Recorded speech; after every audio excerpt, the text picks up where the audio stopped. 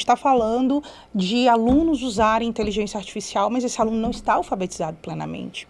A gente tem um esquema hoje, né, em especial no setor público, onde o aluno ele não reprova, ele vai sendo passado. E aí você tem uma demanda reprimida de aprendizagem que em algum momento, assim, isso vai trazer um problema para quem quer usar a tecnologia.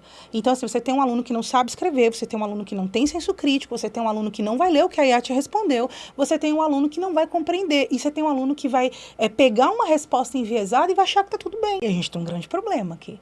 A gente tem um grande desafio e é um desafio estrutural. Segunda coisa que eu vejo é, por mais que a gente esteja falando de IA na educação, a nossa percepção de um ano e meio de escola, com os treinamentos que nós ministramos nós temos encontrado resistência nas salas de aula. E as resistências são por inúmeros motivos. E quando eu falo sala de aula, eu falo professor. Professor, né? Professor.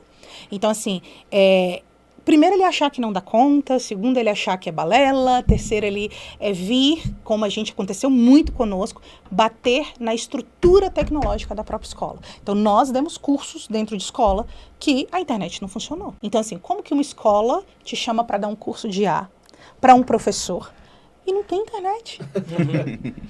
Como que você é chamado? Como que eu vou dar aula para um professor da escola pública que não tem projetor? Eu não consigo passar o slide. E o que é a minha aula? Eu vou falar uma coisa boba. Gama, como fazer um slide legal para sua aula? Ah, a sua aula é sobre o corpo humano? Cara, o Gama faz uma aula de ciências que é sensacional as imagens. E como que eu vou explicar para esse professor se não tem projetor na escola? Então, a gente tem um problema aqui estrutural, literalmente, tecnológico das escolas, que é uma demanda já antiga, mas quando você fala de trazer inteligência artificial, a gente tem que ver como isso vai ser feito, né? Algumas pessoas de escola, diretores, me ligaram pra gente e falaram assim, cara, não vai ter mais celular dentro da escola. O que a gente vai fazer? Como que a gente vai ensinar IA? Eu falei, como sempre se ensinou. Ele não tem um celular dele, mas você tem um laboratório de informática. Né? Ele pode ter acesso a um tablet. A gente tem tablet de R$600. Você pode comprar uma impressora 3D na sua escola que é R$1.500. Eu estou falando isso de uma realidade de professores de escola particular, mas ela se aplica para o professor, por exemplo, da escola pública. Ah, mas eu não tenho um MetaQuest 2 na escola. Você não precisa.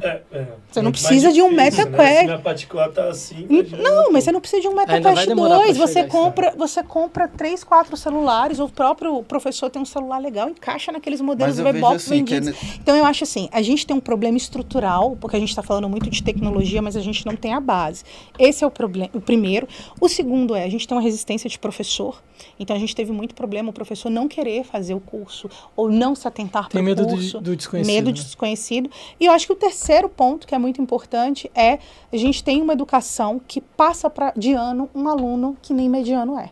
E isso nós vamos ter um problema. Então, nós não podemos falar... Mas eu não acredito em reprovação. Eu acho que assim... Mas eu não acredito em reprovação. Não acredito, mas que assim, não tem a infraestrutura necessária. E não tem o processo para salvar ele. Porque a questão não é o carimbo do aprovado ou reprovado. É o que foi feito no processo para salvar esse aluno. Foi feito, exclusão ou inclusão? Não foi feito muita coisa. No evento que teve do Resenha de Educação,